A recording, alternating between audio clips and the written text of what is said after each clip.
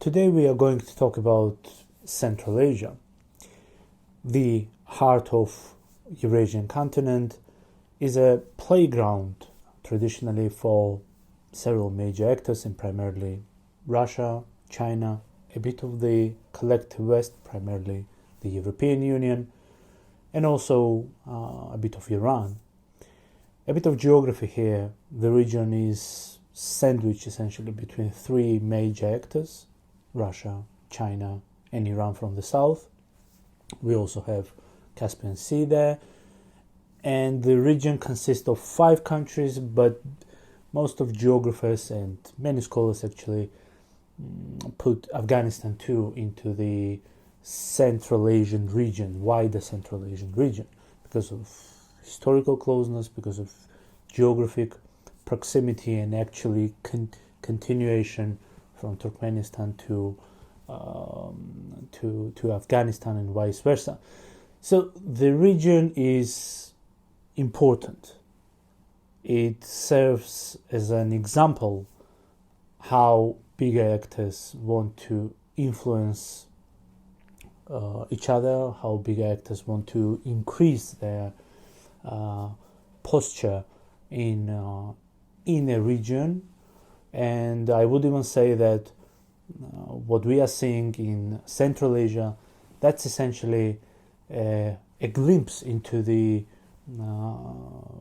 future, into what kind of world order we are going to see in the next years, but more probably by the end of this decade and early 2030s. So Central Asia is experiencing several major transformations. So one of them surely is the impact of the war in Ukraine on the region, and the rise of Chinese power in terms of investments, in terms of actual trade between the region's five countries and China itself. And if we look at the trade dynamics from this year, basically statistics from this year, but related to 2023, you see a significant increase in bilateral trade from between the region's 5 countries and then China. Surely the balance is tilted in favor of China, as it's the case with so many countries across the world, and for many it represents a bit of discomfort, for many in Central Asia. But if we look again at most of the countries across the Eurasian continent, Africa, Latin America, etc., you see that Chinese trade with China is always tilted in favor of imports from China itself. So we see how China is increasing its imprint in Central Asia. So, but that's only one of the components of that. Another is surely growing security and military cooperation with 5 countries of the region. And even before the pandemic, we haven't really seen examples of Chinese activity in security military realm.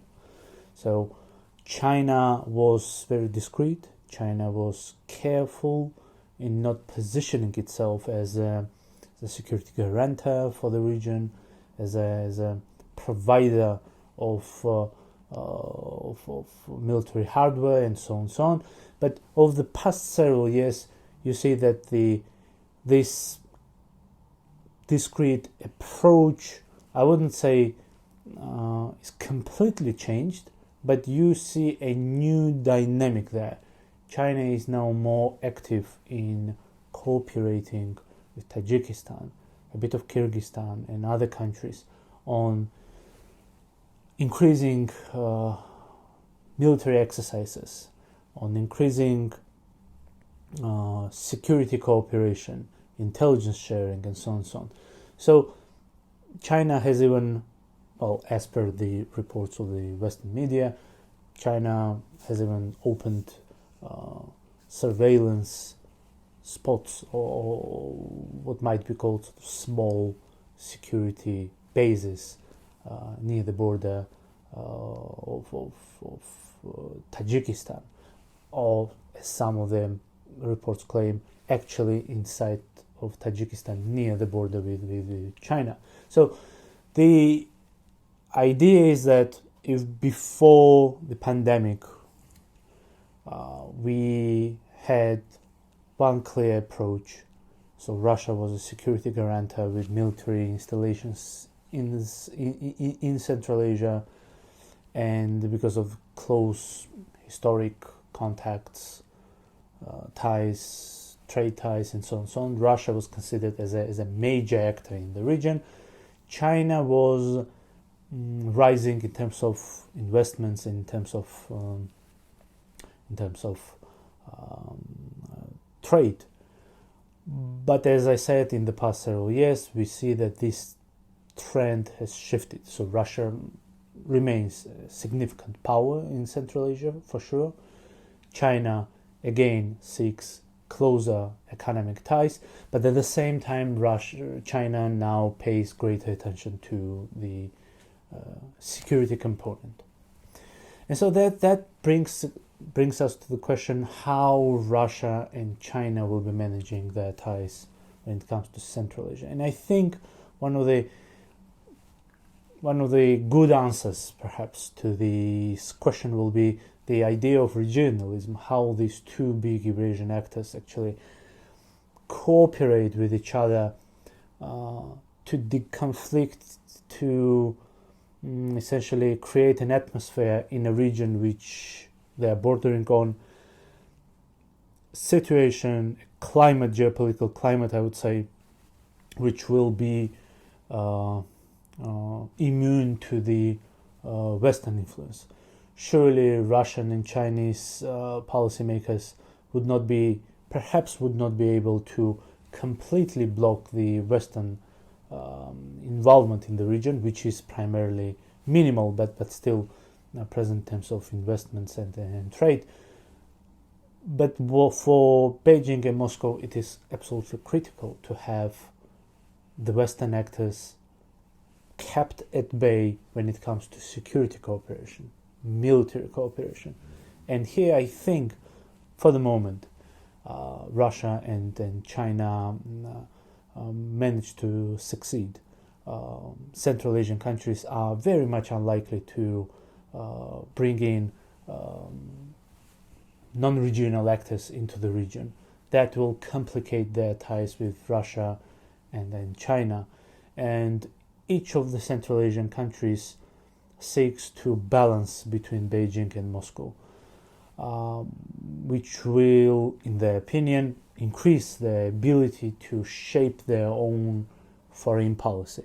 In a way, this is a very much correct approach to foreign affairs nowadays, in the era when we no longer have any single actor which will be able to dominate large swathes of lands across Eurasian continent.